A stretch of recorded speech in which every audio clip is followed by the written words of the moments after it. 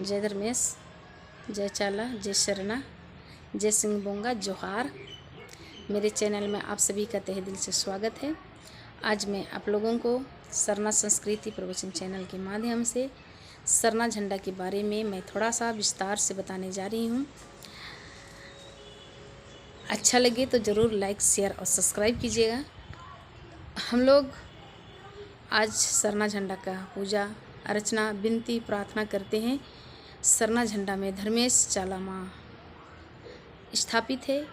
धर्मेश चाला माँ का शक्ति है। इस झंडा को लेकर पूजा करने से हमारे मन में शांति मिलती है, हमारे परिवार में सुख शांति मिलती है। तो हमें इस झंडा का सम्मान करना चाहिए। तो हमें आज जानना है कि यह झंडा कहाँ से आया और कैसे आया और कौन लाया, और इस झंडा में जो 2 रंग है उसका महत्व क्या है, उसे आज हमें जानना है। तो चलिए मैं आप लोगों के समक्ष इसके बारे में बताती हूँ। तो सर्वप्रथम मैं कार्तिक बाबा का नमन करती हूँ। कार्तिक बाबा ने हमारे देश को एक सूत्र में बांधने के लिए अखिल भारतीय आदिवासी विकास परिषद की स्थापना की, और वे पढ़े लिखे पहला ऐसा व्यक्ति थे जो विदेशों में पढ़कर आए और विदेशों के संस्कृति को देखे, और उन्होंने दूसरे देशों से सीख कर आकर हमारी संस्कृति को अच्छा से संयोज कर रखने का काम किया। उन्होंने हमें संरक्षण दिया। आज उन्हीं के द्वारा देन है कि हमारा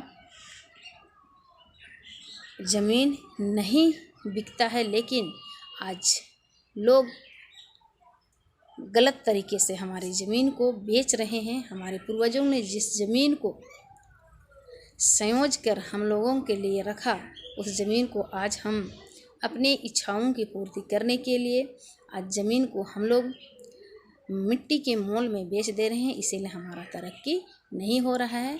आज हमें पढ़ लिख कर इस सब को जानना चाहिए। हमारे पूर्वज हमारे लिए ज़मीन को रख दिए, लेकिन आज हम लोग बेच रहे हैं। तो चलिए, मेरी बात कहाँ ना कहाँ पहुँच गई। तो मैं आप लोगों को बता रही थी कि सरना झंडा कहाँ से है। तो कार्तिक बाबा का नाम आप लोगों ने सुना है। कार्तिक बाबा समाज सुधार के लिए पूरे गांव-गांव घूमे थे।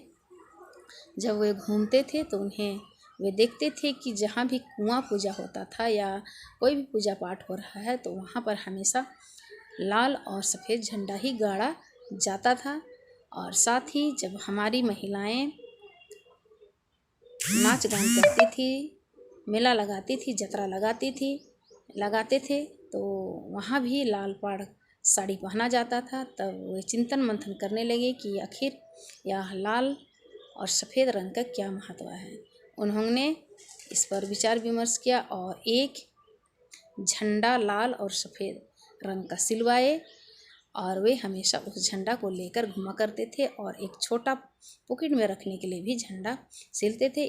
और इससे उनको बहुत आत्मिक शक्ति मिलती थी काम करने के लिए। और उन्होंने ही 70 के दशक में सरना समिति का गठन किया, और सिरम टोली सरना में सरहुल के दिन जुलूस निकलाने की परंपरा शुरुआत की। कार्तिक बाबा को बहुत बहुत धन्यवाद।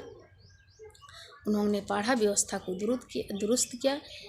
कार्तिक बाबा की तरह ही बहुत सारे वीर पुरुष हुए, महापुरुष हुए, आदिवासी महापुरुष हुए, जिनका इतिहास में नाम नहीं है। बहुत सारे लोगों का नाम है, लेकिन हम आदिवासियों को हमेशा, हमारे आदिवासी महापुरुषों का हमेशा उपेक्षा की गई। उन्हें इतिहास के पन्नों में नहीं लिखा गया। बहुत सारे हमारे आदिवासी महापुरुष थे जिन्होंने देश को आज़ाद करने के लिए अपना बलिदान दे दिया। तो कार्तिक बाबा उस झंडा को हमेशा घुमाया करते थे। उसके बाद कार्तिक बाबा का मृत्यु हो जाता है और वे इस दुनिया से चले जाते हैं। तब उनके सपनों को पूरा करने के लिए विभिन्न प्रकार के संगठन, आदिवासी संगठन बनते हैं और उसके दिखाए गए रास्ते पर चलने का कोशिश करते हैं और चलते आ रहे हैं। उन्होंने आदिवासी अखिल भारतीय विकास परिषद की स्थापना की और पूरे देश में शाखा खोले थे। उसी के उसी के अगुवाई में एक शाखा रातू प्रखंड में लक्ष्मण उरांव बाबा ने खोला और उसमें एक विद्यालय अभी भी चल रहा है। उस कार्तिक उरांव के प्रेरणा से प्रेरित होकर लक्ष्मण बाबा स्कूल खोले हैं और उनके स्कूल में बहुत सारे ऐसे आदिवासी बच्चे हैं जो पढ़ने जाते हैं और पढ़ने शुरू जाते थे। तो उसी दरमियान सुरसा गांव के सोमरा उरांव जैसे बहुत सारे लोग थे जो लक्ष्मण उरांव के स्कूल में इंग्लिश पढ़ने जाते थे और धर्म संस्कृति के बारे में जानने जाते थे। वहीं से प्रेरित होकर यहाँ पर पढ़ा का जो व्यवस्था था उसको चलाने का कोशिश किए और शक्ति स्थल जतरा खूटा मुड़मा में पूरे देश के आदिवासियों को जोड़ने के लिए राजीपाड़ा सरना प्रार्थना सभा का स्थापना किया गया। इसकी स्थापना करने में हमारे परम पूजनीय धर्मगुरु बंधन तिग्गा जी, उसके प्रेरणा स्रोत सोमरा उरांव जी जो अभी इस दुनिया में नहीं हैं, उनकी आत्मा के लिए धर्मेश चाला माँ शांति दे और उनका जो सोच है वो पूरा हो। और इसी तरह रंथू उरांव, इसी तरह अनिल उरांव, इसी तरह जतरू उरांव, इस तरह से बहुत सारे युवा मिलजुल कर राजीपाड़ा सरना प्रार्थना सभा का स्थापना किए। उसके बाद प्रतीक चिन्ह के रूप में कौन सा झंडा को रखा जाए इस पर मंथन चिंतन होने लगा।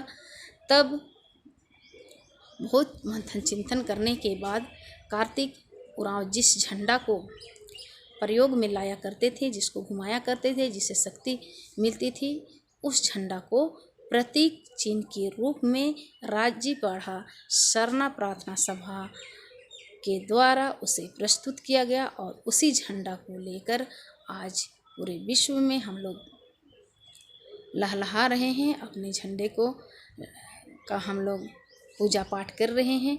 तो इस झंडा के बारे में हम बताना चाहते हैं कि यह झंडा बहुत ही महत्वपूर्ण है।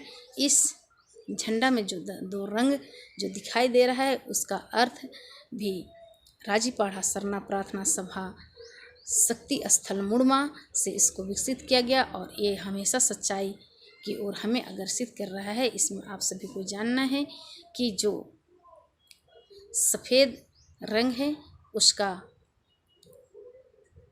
अर्थ है शांति और शांति का मतलब है कि हम हमेशा शांत रहना चाहते हैं। हम लोग लड़ाई झगड़ा किसी से नहीं करना चाहते हैं। हम हमेशा शांति की ओर जीना चाहते हैं, शांत जीवन जीना चाहते हैं। हम सबसे प्रेम करते हैं। प्रकृति जिस तरह से प्रेम करता है उसी तरह से हम प्रेम करते हैं और उस प्रेम की क्रांति करना लाल रंग का अर्थ है। जैसे प्रेम का क्रांति पूरे देश में फैला देना ही हमारा उस लाल रंग का अर्थ है। हम हमेशा सदा सच की ओर चलते हैं। जो हमसे उस शांति को भंग करना चाहता है उसे हम शांति का पाठ पढ़ाने के लिए, उसे हम सबक सिखाने के लिए कभी कभी हम क्रांति की ओर जाते हैं। तो हमें शांति की क्रांति करना है, हमें लड़ाई की क्रांति नहीं करना है। हम हमेशा हमारा धर्म जो है हमें शांति और क्रांति सिखाता है। तो इस झंडा में बहुत ही शक्ति है। हम इसमें धर्मेश चाला माँ का निवास समझते हैं, इसमें धर्मेश चाला माँ निवास करते हैं और हमें शांति और क्रांति का पाठ पढ़ाते हैं। तो धर्मेश चाला माँ का हमें सम्मान करना चाहिए। जिस तरह से दूसरे लोगों का प्रतीक चिन्ह है, जैसे ईसाइयों का प्रतीक चिन्ह क्रूस है, मुसलमानों का प्रतीक चिन्ह चांद है, चांद तारा है और हिंदुओं का प्रतीक चिन्ह बजरंगबली के रूप में झंडा है, उसी तरह दूसरे समाज की तरह हमारा भी यह प्रतीक चिन्ह है। तो इसे हमें सम्मान करना चाहिए, इसे कहीं इधर उधर फेंक नहीं देना चाहिए। सचमुच इसमें धर्मेश चाला माँ का निवास है और इसे हमें संजो कर रखना है। आज इसमें चमत्कार हो रहा है और इसी झंडा से सर्वप्रथम ज्योति जली थी सरना स्थल पर। इस झंडा को जब गाड़ा गया और पूजा पाठ करने लगे तो इसमें से दिव्य चमत्कार होने लगा और लोगों के जीवन में सुधार होने लगा। आज हम देख रहे हैं जितने लोग भी इस झंडा का सम्मान कर रहे हैं, सभी लोग को चमत्कार हो रहा है, सभी सुख शांति से जीवन जी रहे हैं। रोग दुख तो होते रहता है कभी कभी, उसे ही तो हमें सहना पड़ेगा, लेकिन इस झंडा को सम्मान करें। यह हमारा एक रोजरी के समान है, यह हमारा एक हनुमान चालीसा के समान है। यह झंडा हमारा बहुत ऐसा शक्ति झंडा है। इस झंडा में, इस झंडा को स्वीकार करें। पूरे देश के लोग इस झंडा के नीचे आएं। यह झंडा हमारे लिए प्रतीक चिन्ह के रूप में है। हम सभी को आज जानना है हमारा पूजा पाठ क्या है, कैसे है। जब तक हम इस झंडा के नीचे नहीं आएंगे हमें नहीं समझ में आएगा। इसलिए पूरे देश के, पूरे संसार के आदिवासी एक हों और सरना झंडा के नीचे आकर अपने धर्म को, अपनी संस्कृति को, अपने रीति रिवाज को, अपने भाषा को बचाएं और प्रतिदिन अनादि प्रार्थना प्रवचन करें और दूसरे समाज की तरह हमारे समाज को आज चमकाना है। और आज हम जो भी मांग करते हैं धर्मेश चालामा हमें देते हैं। तो आप सभी को पुनः मैंने याद कराना चाहती हूँ कि हम आदिवासी किसी मूर्ति का पूजक नहीं है, हम लोग प्रकृति का पूजक हैं। ये सरना झंडा जो है ये हमारा प्रतीक चिन्ह है।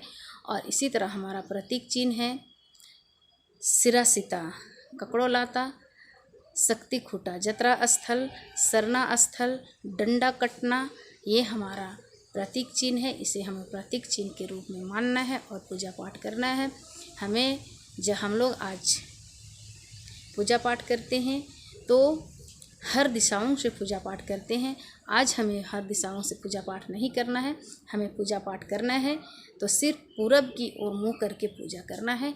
क्योंकि सर्वप्रथम हमारा धर्मेश क्या है, पहले जानना है कि हमारा धर्मेश क्या है। हम सूरज को धर्मेश और धरती माँ को चाला माँ मानते हैं, क्योंकि सूरज और धर्मेश चाला माँ के मिलन से ही यह संसार टिका हुआ है। सूरज को हम पिता, आकाश को हम पिता और धरती को हम माता मानते हैं।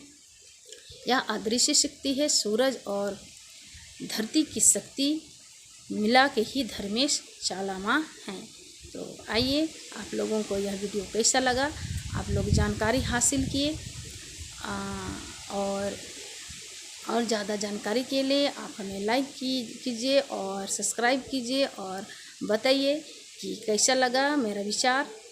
अच्छा लगा तो ज़रूर आप लोग बताइएगा लाइक करके, क्योंकि हमें आज एकता के सूत्र में यही झंडा बांध रहा है। कैसे यह झंडा आया हमारे बीच, इसको हमें जानना है।